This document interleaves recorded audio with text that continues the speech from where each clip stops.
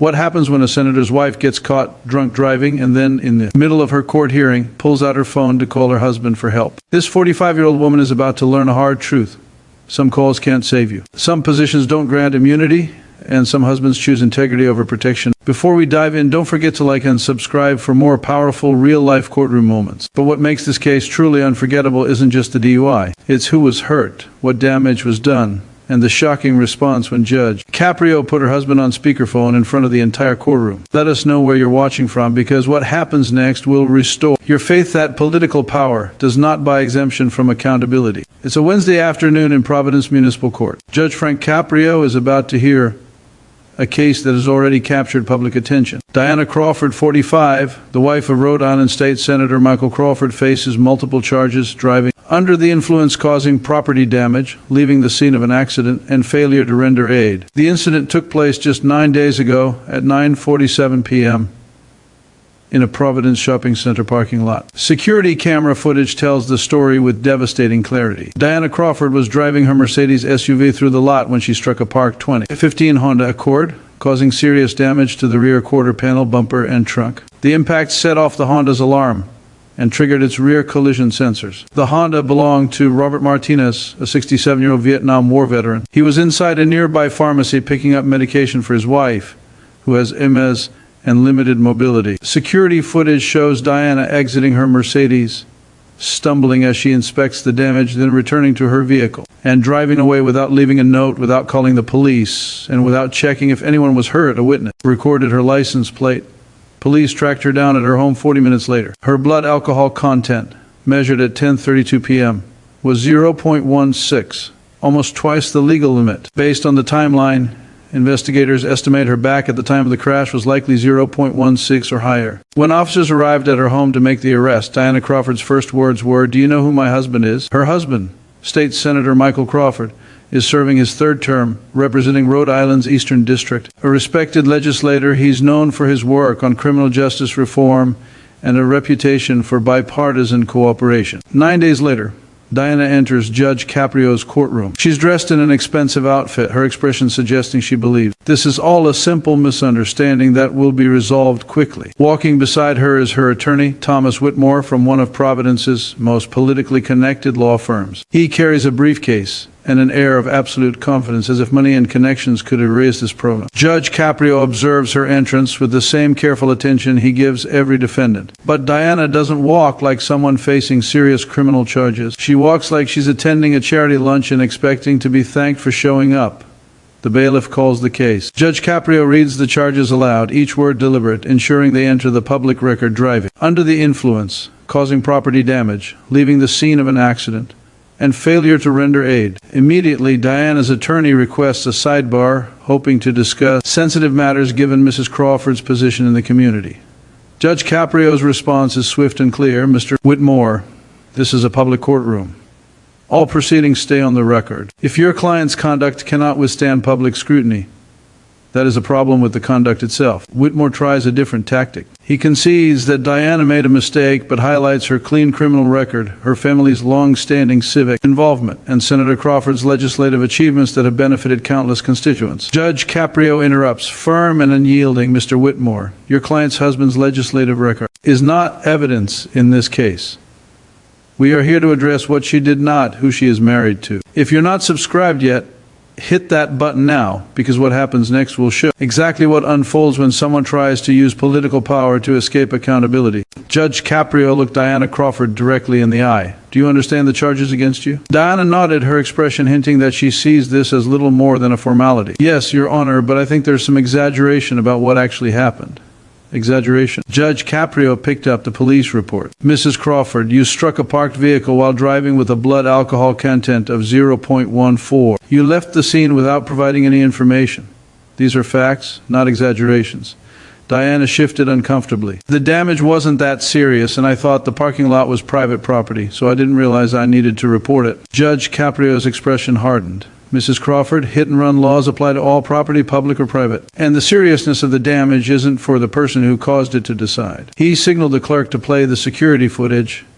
On the courtroom monitor, Diana's Mercedes strikes Robert Martinez's Honda. The impact triggers the alarm. Diana steps out, examines the damage for nearly 30 seconds, then returns to her vehicle and drives away. The footage leaves no room for interpretation. Diana caused significant damage and fled. Judge Caprio turned to her. Do you recognize what's shown here? Yes, but I was in shock. I wasn't thinking clearly, she replied. Mrs. Crawford, the footage shows you standing there for 30 seconds. 30 seconds is long enough to leave a note, to call the police, to do the right thing. Diana had no response. Judge Caprio then reviewed the victim impact statement submitted by Robert Martinez. He described returning to his car to find major damage, with no note or contact information. His $1,000 insurance deductible is difficult to manage on a fixed income. His wife's wheelchair-accessible van is in the shop, and they rely on the Honda for her medical appointments. The damage isn't just cosmetic, it's a serious financial burden on an elderly couple already dealing with disability. Mrs. Crawford, have you attempted to contact Mr. Martinez to apologize or offer to cover the damages? Her attorney quickly interjected. Legal counsel advised against direct contact. Judge Caprio's tone sharpened. Legal strategy doesn't excuse moral obligation. Mr. Whitmore, your client fled the scene and in 9 days has taken no responsibility for the harm she caused. Diana spoke up, her voice edged with defensiveness. Your Honor, I understand I made a mistake. My family is prepared to pay for the damages. We just want to resolve this quietly and move forward. Quietly.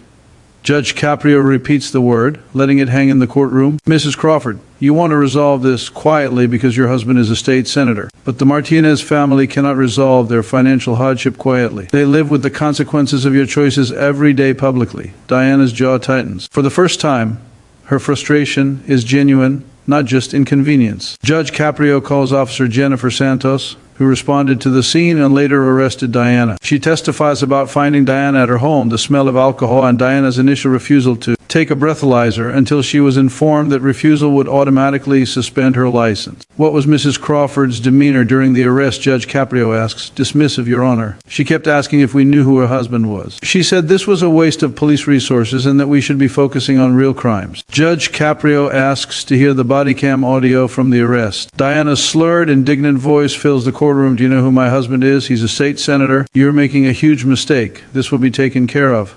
The silence that follows is devastating. Judge Caprio looks at Diana. Mrs. Crawford, that audio was recorded at 10:32 p.m. 45 minutes after you struck Mr. Martinez's vehicle and drove away. Instead of taking responsibility, you threatened police officers with your husband's position. Diana tries to defend herself. I was stressed. I said things I didn't mean. No, Mrs. Crawford, you said exactly what you meant. You expected your husband's position to make your criminal behavior disappear. And then Diana makes her catastrophic mistake. She pulls her cell phone from her purse.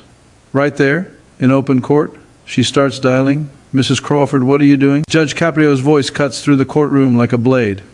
I'm calling my husband. He can explain this better than I can, Diana says, holding the phone to her ear. The courtroom collectively holds its breath.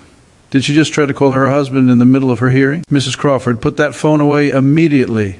He's the one who deals with legal matters. He'll know what to say, she insists.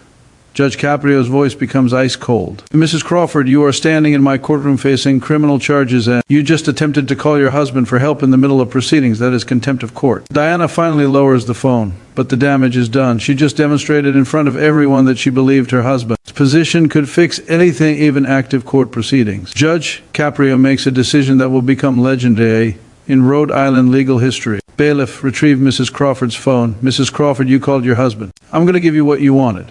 We're going to speak to Senator Crawford right now. Diana's face goes pale. This isn't what she expected. Judge Caprio instructs the clerk to contact Senator Crawford's office. Within minutes, he's on the line. The judge puts the call on speakerphone so the entire courtroom can hear. Senator Crawford, this is Judge Frank Caprio in Providence Municipal Court. Your wife is here for a DUI hearing, and she just attempted to call you in the middle of proceedings for assistance. I'm putting you on speaker so we can address this publicly. There's a pause. Then Senator Crawford's voice fills the courtroom, steady, measured, but heavy with emotion. Your Honor, I apologize for my wife's behavior. She had no right to call me during court proceedings. Diana tries to interrupt, but Judge Caprio raises his hand. Your Honor, I need to say something for the record. I've known about the charges against my wife since the night of her arrest. I've advised her to take full responsibility, apologize to Mr. Martinez, and accept whatever consequences this court deems appropriate. Diana's eyes widen. This isn't the supportive rescue she expected. Senator Crawford, Judge Caprio asks, are you asking this court to show leniency because of your position? The senator's answer makes Diana physically stagger. No, Your Honor. I'm asking you to treat her exactly as you would any other defendant. Her actions were wrong. The fact that she's married to a state senator doesn't excuse drunk driving, property damage, or leaving an elderly veteran to deal with the consequences alone. Diana whispers urgently, Michael, what are you doing? Diana replies, I told you to take responsibility. You chose not to listen. I've spent my career working on criminal justice reform, accountability, and equal application of the law. I can't advocate for these principles publicly and then seek exemptions privately. Judge Caprio asks Senator, is there anything else you'd like to say to the court? Crawford's voice grows even more serious. Yes, Your Honor. Robert Martinez is a Vietnam War veteran. My father served in Vietnam. The fact that my wife hit Mr. Martinez's car and drove away, leaving him to deal with the damage alone, is deeply shameful. Mr. Martinez served this country. He deserves respect, not hit-and-run treatment. From someone who then threatens police with her husband's political position, whatever sentence you determine is appropriate, you have my full support. My wife needs to learn that her last name does not grant immunity from consequences. If this were any other defendant, I'd expect full accountability. I expect the same for her. The courtroom is silent. Diana is crying now, but the tears are shock and panic, not remorse. Judge Caprio thanks the senator, and the call ends. Diana stands alone at the defendant's table, completely exposed. Her expected rescue has turned into public accountability. Mrs. Crawford, Judge Caprio says, calm but firm, your husband, the man you tried to call for help in the middle of court, just told me to treat you like any other defendant. Let's do exactly that. He systematically reviews the evidence.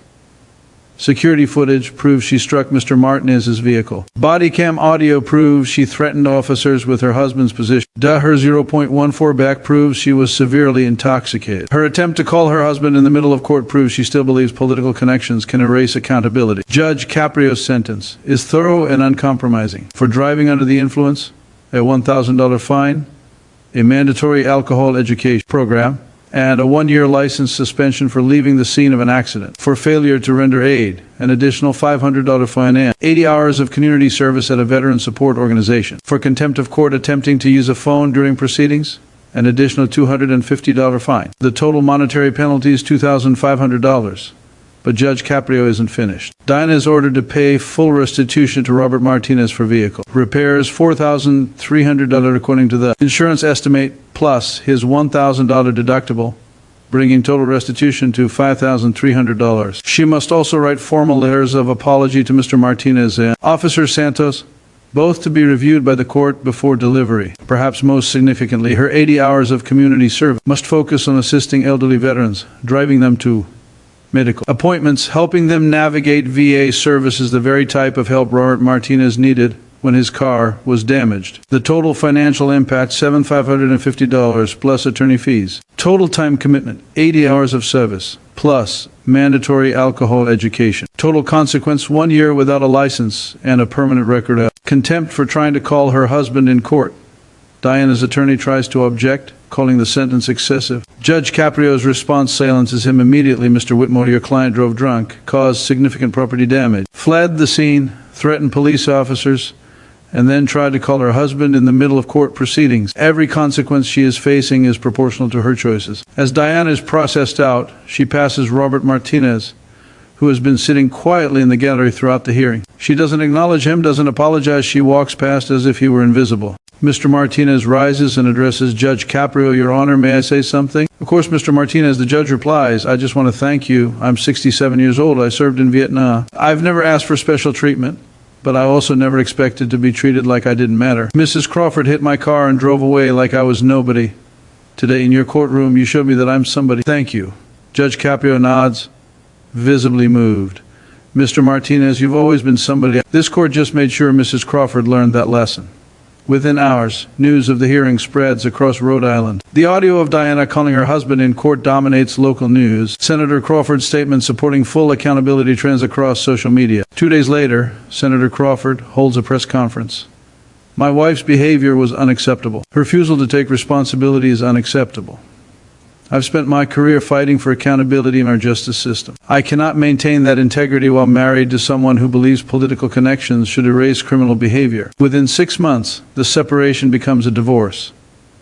Senator Crawford's approval ratings rise. Voters respect his integrity and his willingness to choose principles over personal comfort. 3 weeks later, Diana begins her community service driving elderly veterans to medical appointments. Week 1, silent, resentful.